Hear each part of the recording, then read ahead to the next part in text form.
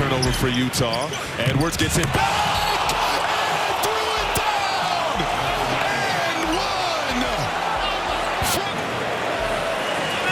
one. Welcome back to another very special edition of the Enough Said program. Neither of us will be slam dunking in this show. Maybe. Well, I should verbally say on neither. Lori, There's perhaps. actually three. My name's Dan Barrero. I host Enough Said along with Justin Guard, and Lori Fisher officiates the program Enough Said. It's that time of year because it's big dance time and there's a lot of talk about officials.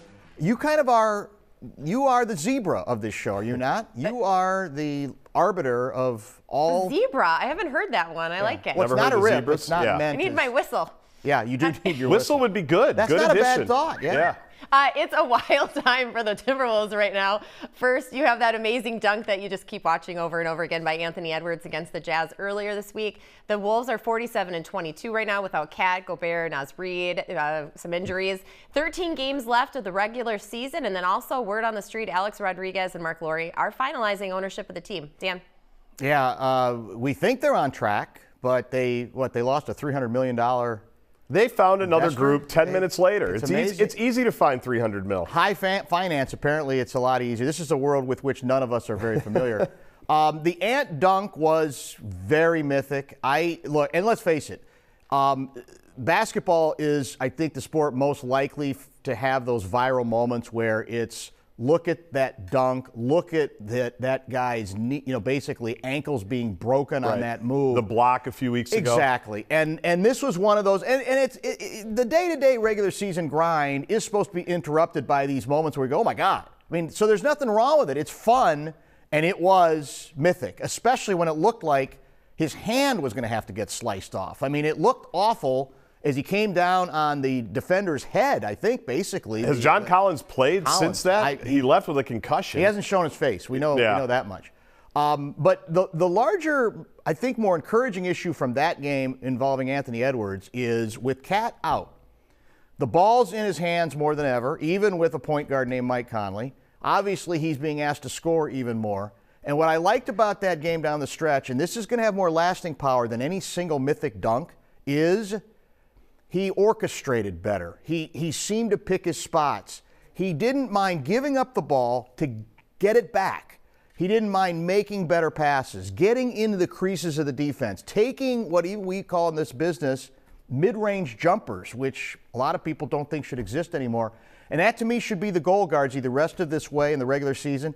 Nurturing that side of Anthony Edwards, because you need that side of him if you're going to win those close playoff games. Well, and you need people to go along for the ride because we don't know what's going to happen with Karl Anthony Towns. Don't. We like to think that in, 2 weeks he's going to be reevaluated after his surgery. Right, yeah. That could mean he's great, he's ready to go, or it could mean, guess what, he needs a couple of more weeks, he might need another month to advance, and the way it would set up now, they'd play the Dallas Mavericks in the 3-6. That's a tough first round. Every first round series in the West is going to be hard. It can't just be the Anthony Edwards show. As great as he has been, he almost brought them single-handedly back against a full-strength Denver squad on Tuesday night at Target Center when they were throwing out guys that they literally just picked up a couple of weeks ago, on 10-day contracts. So he needs some help around it, and hopefully he can find some here, depending on what happens with Karl. If they had completed that comeback, because he had a three that would have sent it into OT, correct? This good look right here, I think. A very good look. Yep. That's exactly right. If they'd have sent it into OT and won it, would you have stormed the court? Now, I know because you were courtside, so it's easy. I wasn't courtside. Would you have considered storming? I wasn't courtside. I was close enough to do it. And had I not already been kind of like halfway out the tunnel to leave, I probably would have. 30. You're right, but I knew it. But he was tremendous that night. They had no business being in that game with having nobody to guard Joker. And he kind of just brought them along. They had Luka to guard Joker. Come on, man. That's Give true. Luka a minute or two. Luka Garza. But who's going to be the other encouraging thing about that game is that Jaden McDaniels showed up for the first time in a couple of months. Like Karl or not, Rudy or not, obviously they should get Rudy and they should get Naz back, so they'll be more full strength. They need to keep finding secondary guys coming down the stretch here. Justin, it'd be great if it could be Jaden. If you ever storm a court, can you please make sure you know where you're going and make sure you don't run into any I have stormed players? one court, and I was doing what all the kids do. I was filming it on my phone for the show, Gophers Purdue, 5 years ago, I think. So it was 2019, the last time they were in the dance. And I didn't run anybody over. Well, as we know, people have been injured lately, so be careful. A lot of people. Last year, a Netflix documentary featured former Vikings quarterback Kirk Cousins. Now it's Justin Jefferson's turn for the spotlight. The Vikings standout will will be featured in Netflix' new series Receiver. I know Dan's excited about that. It premieres this summer. All of this, along with former Vikings Alexander Mattison and Dobbs now finding new homes. So free agency, Netflix, all that. Are Vikings better off today than they were before free agency started, Dan? No. They're not better off because they have huge questions at the quarterback position. And Danielle Hunter, I think, is a better, more forceful edge rusher than the guy they replaced him with. They may have made some other sneaky good changes that could help this defense in totality because they got several players as well. I hope both of you, as big-time Kirk Obos, are aware of the nightmare you're about to have to embrace. What's that? Who do you think's going to be in many of the episodes of the Receiver show when they're showing JJ stuff and Viking stuff? You're going to have to basically hear Kirk Cousins again over and over again. You're aware of that, right? Because this was stuff they taped from last year. Correct? It was? I don't think so. Well, if it's premiere, it's not. Oh, maybe it is. Oh, it's from last year? Yeah. Okay. So that's the part I think that's been. They apparently they stealthily put microphones on him as well as number 8 from that would have been the year before on Cousins. But the point is, you're going to have Cousins in your face again, man, and he's got nothing to do with your success. Well, he missed or failure. half the season, so I mean, it'll actually be a lot of who are all of our backups that we use. We might get Pasternak, we might get Jared Hall. Be ready. We might get Nick Mullins. To answer Lori's question, potentially they're better off, but there's a huge question. Who's going to be the quarterback? Yeah. And that's going to be the question for the next month. We talked about it last week. It's an exciting time if you're interested in potential and things that have literally never happened in my lifetime. The Vikings drafting a quarterback in the first 5 picks of a National Football League draft. They've never done it. They're potentially in a good spot if all the cap stuff that Kwesi's done the last few years is going to give them flexibility this year and next year when they're going to have like $100 million under the cap. That's all good. They found some guys that Brian Flores essentially likes or evidently likes for his defense. I think including one guy, Van Ginkel, who is basically handpicked. That's all good. But none of that matters if you don't have a quarterback, whether he's on a rookie quarterback or not, if you don't have a quarterback that can actually move the offense along. So that's going to be the ultimate question of the whole last couple of years from when Kwesi and KOC got here. For all the good things they may or may not have done, and we still don't know about a lot of them, the quarterback one is obviously going to be the biggest one, and we don't know. Potentially, yes, they can be better off, but it all depends on who they draft next month. The theory, there's a new working theory that New England might be willing to give up their pick if the quarterback remaining, after we assume 2 are going to be picked 1-2, is not to their liking. Okay. And that may well be. That might open the door. I still think it's going to cost you a lot more. And this is all, again, in the Vikings case, built on the premise that they like enough 4 quarterbacks. They must. Right? Yeah. They got to like 4 different quarterbacks, I think. And that scares me a little. Enough said. But the die is cast. I mean, once they made the move on Cousins, they were almost committed to, we've done our research. We will take any of these guys that are available. But if you got the wrong guy, we're sitting here 2 years from now going, oh, my God, when are we ever going to really get the clock started on a quarterback who actually can be the franchise guy? That will be with the new quarterback and general clear, manager if that happens. I haven't lost any sleep over Kirk Cousins. I do feel bad for Justin. Well, that's more Justin, I guess, yeah. Me? I'm fine. Okay, well, I'm just saying, you're going to hear a lot of sound bites from him about how much he loves it in Minnesota and wants to finish his career in Minnesota talking to JJ. And we know that's not he's true. already going to be gone. It's going to hurt. I'm saying it's just going to reopen the wound. I think the wound is closed for good. I think we're fine. He showed us who we are. We've moved on. It'll be reopened. We're just a week away, a little over a week away from opening day for the Twins. There are some concerns with health of their pitching staff. A tough blow to the team as they look to defend their division crown, Dan. They, I still, it's still sticking in my craw. I can't get past it. The fact that we've basically slashed the budget, the payroll, 20%. That's the number, 20%. And to a certain extent, they've already lost this Adis Glafani guy. I can't even pronounce his name. I want to talk about him. He's really symptomatic of what that sort of slashing forces general managers to do.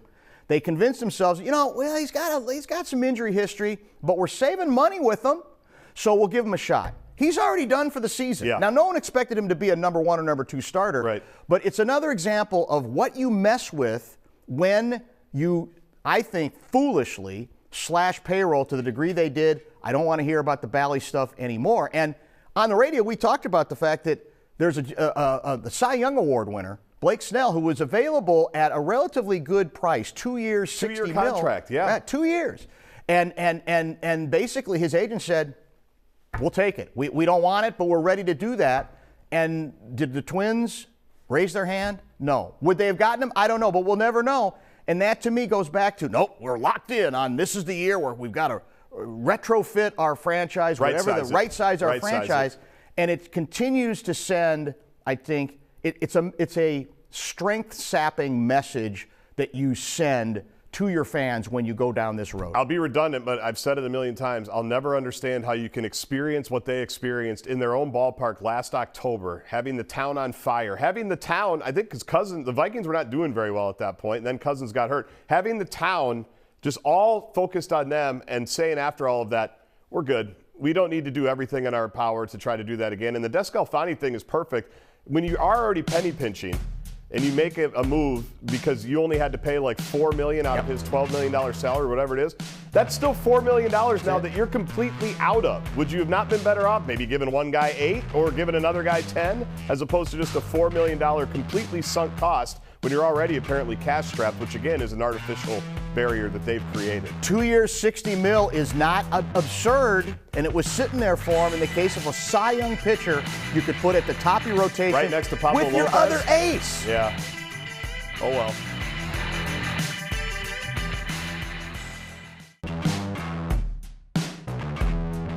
In talking to lots of legal experts, there's a lot of confusion and controversy of what's happened so far in this case, and I just want to make sure that it's fair. Welcome back to Enough Said. Governor Walz commenting on the murder charges against State Trooper Ryan Londrigan stemming from the fatal shooting of Ricky Cobb II last summer. Londrigan's lawyers say the Hennepin County Attorney's Office ignored what a use of force expert said, that the trooper acted reasonably. The Hennepin County Attorney's Office said the defense attorneys chose a partial sentence of a lengthy document. Walz said, as a layman on this, why wouldn't you listen to the use of force expert? He could reassign the case. Dan? I agree with, I think we've talked about this on Enough Said. I know we've talked about it a lot on the radio. I agree in essence with what the governor has said. The Moriarty's office has made a mess out of this case almost from the beginning. And part of it is it was her office that made a huge issue on the front end about the use of force expert. Said it was essential to moving forward. Well, if you decide who you're going to talk to, who that person's going to be, that you bring that person in, and that person doesn't give you the answers that you're looking for, even if it's preliminarily speaking, and suddenly that person goes away. People are going to notice. Yep. It's not like, well, you don't have to do that, but she did. She made such an issue of it, and that's exactly why I think this case has been kind of screwed up from pretty much from the beginning. And the problem I have, the discomfort I have, though, even if I agree with most of what the governor said, is I'm not convinced he should be saying it as publicly as he is this early. He's coming off as a guy who you'd put on the radio, like me or like you, and offering up some opinions on where this thing is. And you go, well, you're in a very, very different position here. The judge in this case hasn't had a chance to rule on some of those issues that I think may end up being key or crucial to where this case goes. And my gut tells me the reason we're hearing from the governor is this goes beyond that. That even among lefties, there is concern, and there should be, about the way Moriarty has conducted herself in a number of other cases as well in this office. And so I think he may be playing the politics of it because he's well aware that even on his side of the aisle, there are people going, what is she doing over there? She wants to be a public defender? Be a public defender, but that's not what she is now. She's supposed to be a county prosecutor. Well, and put me in the camp that would agree totally with what he's saying. There makes no sense to go out and find a use of force expert because you believe it's important. And you have used them in other cases, right? I'm assuming this isn't a fly-by-night use of force expert that just decided they want to do it on a Tuesday. Often by prosecutors. That's what I mean. It's someone that does this, that has been used. They use these in all kinds of cases. And then when it doesn't align, to use one of our favorite buzzwords, with what you want to say, you decide to move on. Everybody's going to notice that, as you said, and everybody's going to have some suspicions about it. Problem the governor has, though, is when once you weigh in on anything, you almost have to weigh in on everything. We talk about that on the radio constantly, do we not? Like, okay, are we going to take our stand here? Are we going to take our stand there? If we do this and we don't say it here, what are we going to hear? Silence is deafening on this one. We're going to get the whataboutism, even if I believe completely with what he said, which I do, that it makes no sense to do it this sequentially. Now people are going to be keeping score on the governor, and they're going to be wondering if and when he's going to weigh in on other stuff like that. You want that final point, Dan? To follow up on that point, we even have judges, Kevin Burke, who was a longtime Hennepin County judge who we've had on forever. He was on with Chad Hartman the other day and basically hammered, a very measured guy. Yes. Hammered the governor, basically saying, let people do their jobs here. Let this system play out a little bit. And how are you determining, like I said, when you're going to jump in and when you're not, that it was way too soon to do it? And you're exactly right. If you start down this road, and this is the second time he's already taken one case away from her, and you could say, well, if you agree that the wrong policy was being followed, good, I'm glad, but you got to be consistent with it. It shouldn't be about whether you agree or not. Enough said. It should be about, do you think a line's been crossed here that sets a dangerous precedent that goes a little bit too far? Next up, the ride-share drama continues to play out in Minneapolis. That also could affect the entire metro. Uber and Lyft drivers have said they are pulling their services if they don't get a pay raise. The Minneapolis City Council now saying they will reconsider the ordinance in a few weeks. Justin. Well, in a few weeks, we're also going to get some other big report that we have done, right, about exactly how much the drivers are being paid, exactly how much the expenses are.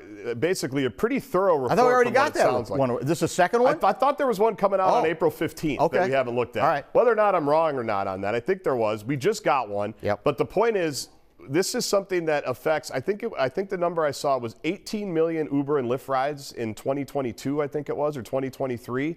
And the city council is just blowing through that and changing something dramatically without having any legitimate backup plan. Like, I'm fine if you want to push back on Uber and Lyft. The people we know in the cab and limo and transportation industry, they'll tell you that they've had a pretty sweet deal in a lot of these cities because it started out as kind of a cool, this is kind of a cool alternative. This is something that people can do as a side hustle. It's turned into something obviously much, much bigger, where we're talking about $1 billion industry where people actually do this as a full-time job. That's where the wage argument comes into it. But to go and impact literally 18 million rides in whatever year you want to pick out and not have any kind of reasonable backup plan, and now they're, as we say on the radio, surwanging, backpedaling to try to appease and try to figure stuff out. Before we even have all this information on what exactly is happening here, it makes absolutely no sense. It only makes sense if you're more interested in performing than actually legislating. And I think this is an example of a city council that tends to want to perform, to want to shake their fist about the revolution. And again, you can believe, as you mentioned, that these drivers should be paid more money. But the fact of the matter is, if you're serious about doing your job, you're trying to find some sort of a middle ground in which there will be raises, but that there's less of a chance that you're going to scorch the earth and leave a lot of vulnerable people. The people you think you're actually protecting are the ones who are going to get penalized the most because they don't have. These companies have become so embedded here, to your point on the number of rides, that there aren't going to be any alternatives in the short run. The idea of, well, it might take some time. Well, that's easy to say if you don't have to be in the middle of it. Also, it's interesting, the governor weighed in on this too, and did you see he said, hey, I'm pleased that they're maybe talking about reversing their field here, but I'm still not all that optimistic that they're going to figure it out. And I think he's right. I still could see this thing getting screwed up depending on who's speaking the loudest in the city council. 14 licensed cab drivers for 9 companies? Ridiculous. Like, how are we going to get around? The World Happiness Report is in. Oh, are we good happy? Day for this. Really good day for this. Yeah, this is. We have a weird vibe today. Because you're pretending to be happier than you really are. I was. Yeah, you don't today think we're I am happy a little enough bit. somehow. I've had a rough 24 hours. The top spot for smiles overall is Finland. U.S. placed 62. For those under 30, though, this was the big headline. The top spot, Lithuania, with the U.S. 23rd. The U.S. 8 spots lower than last year. Those over 60, Denmark number 1, U.S. 10th. I need a graph here. Yeah, we need one. Looking at social support, loneliness is a big word that came up. So low scores for people under 30 here in the U.S. Dan. Are you surprised? I'm not surprised. No. If, Lori Fisher, every 15 minutes you are asking a person under 30, are you okay? You feel all right? Are you sure you're okay? Yeah, that is because annoying. I'm not sure that you are as okay as you think you are. And so over a period of time, don't take the, I'm a layperson, okay? Let me read you one quote from a psychologist. There is a world of difference between feeling anxious and having an anxiety disorder, and in attempting to make our kids' lives less stressful, we confuse the developmental benefits of normal anxiety with the damage caused by chronic anxiety disorders. I honestly do, I'm not being facetious. This isn't all of it, because there's a lot of things, like you said, loneliness, post-COVID, et cetera. Yep. But I really do believe, I'm hearing it from more psychologists, that this is part of the problem, that we're checking in so much, so intensely, that is actually having, in some cases, the opposite impact and putting kids and youngsters in places where they actually feel worse than they did before you asked them. So, Lori, you said it's annoying when people are asking every 15 minutes how everybody is doing? Yeah, no, I'm probably annoying asking people, yes. Well, I was just going to say, to let people in on the hashtag Enough Said Family, 4 minutes before we hit the air today, Lori asked me if everything was all right. I did. And what did I say? Yeah, we're fine. Everything's good. Yeah, but I'm like, really? It's all good. Yeah. You can't be happy all the time. That's why I got rid of my good vibes tank top, because it doesn't always have to be good vibes. Oh.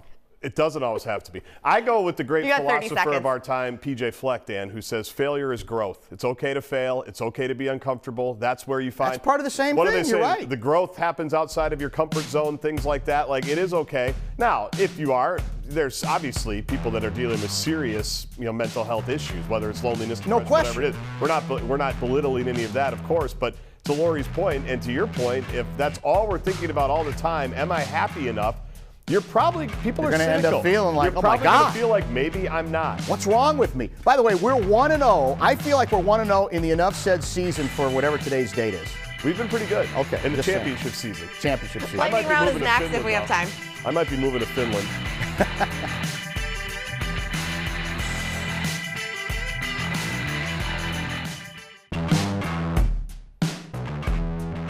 1 minute. 1 minute for the lightning round. Don't Big waste loss any time. by the Wild against the Kings Wednesday hurts them trying to get that final wild card spot in the Western Conference. Justin. It's over.